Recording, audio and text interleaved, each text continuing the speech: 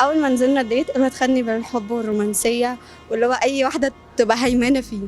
في اول ديت لقيته بيقول لي انا بحبك، انت الحب الاول. انا اول ما شفتك انا بجد كنت هموت، انا قلبي ساح من مكاني.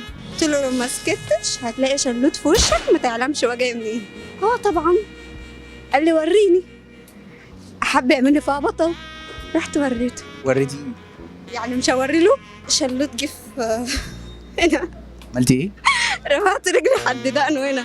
مشكلة ان هو 180 وانا 150 155 في الرينج. تيجي بالشلوت؟ عند دقنه ايه يعني؟ اجمل ما يقال في الديت. دي تيجي بالشلوت ازاي؟ اوريك. لا مش شيء هوا. انا هعمله في العالم.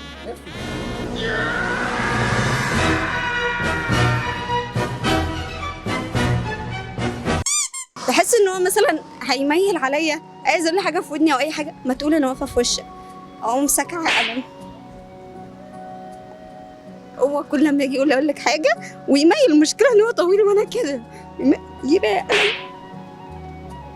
وعايز يقول لك حاجه عادي، ما يقول لي ما انا واقفه في وش. جينا بعد الديت الواد كان كويس، بعد كده لقيته بقى بيتحول، طريقته غريبه. لازم خد الشلوت. طب ايه كان رد فعله ايه بعدها معاك انت؟ قال لك ايه؟ بعدها بقى انا سبته ومشيت ورجعت له تاني وبضحك وبقول له انت وحشتني. راح بيقول لي يا جبروتك، لا انت مش طبيعيه. جينا نزلنا ديت تاني، بس في الديت ده كان نازل ينتقم مني، يعني ده كان تاني ديت لينا.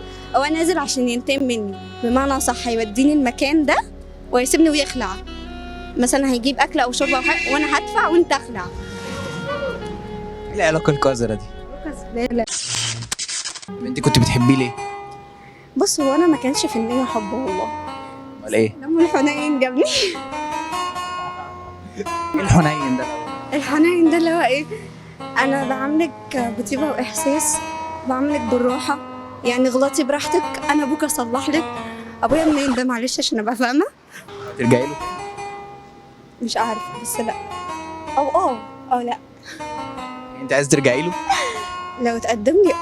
هو هيتجوزك ازاي وانت دبش ومفيش دلع مفيش؟ ما انا هقول لك، هو لو خطبني وصدق نية ودلع وخروجات. خطبني؟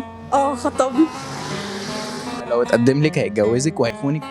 ما يخوني عادي ايزي، يخوني عندي في الشقه. اقول لك على حاجه، ولو جه قال لي انا بخونك اقول لك اجيب لك الستات لحد هنا. خلاص كده بقيتي فتاة احلام اي شاب. هو كان مديني اساور البنات اللي هو كان بيكلمهم، اعتبارا بقى ان ده اتفضلي دول البنات اللي انا كلمتهم ودول الحاجات اللي هم جابوها لي، خديها ولعي فيها اعملي اللي انت عايزاه، انا شاركي انت. خدتهم ورحت لابوه بما انه خالي يعني عادي، قلت له بص دي اساور البنات اللي هو عارفها، ابنك بيستغل انك مش موجود في البيت وبيجيب ستات. والله لبستيه مصيبه.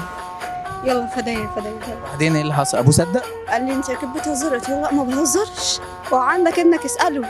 اقول لك على حاجه، ابنك دلوقتي صايع في المكان كذا مع صحابه وجايبين بنات.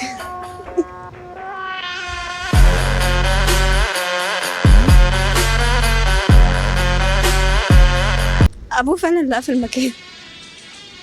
عفى الله مثلا، وانا مسامحه على اللي هو عمله. هو مش مسامح، انا نفسي مش مسامح. فدايا. فداكي ايه؟ حرام عليك. قبل اي حاجه بس موافقه ان اللقاء ده؟ اكيد طبعا.